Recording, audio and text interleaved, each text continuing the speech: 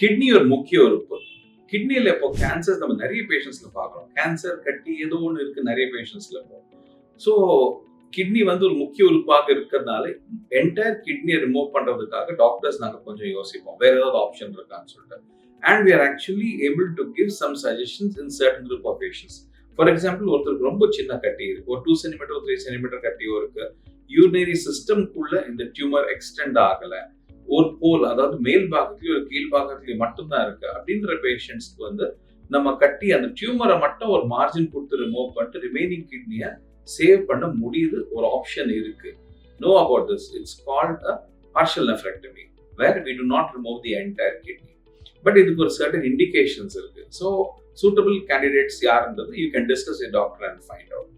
இதோட biggest advantage என்னன்னு கேட்டீங்கன்னா, now the number of diabetic and hypertensive patients have increased the number compared to olden times.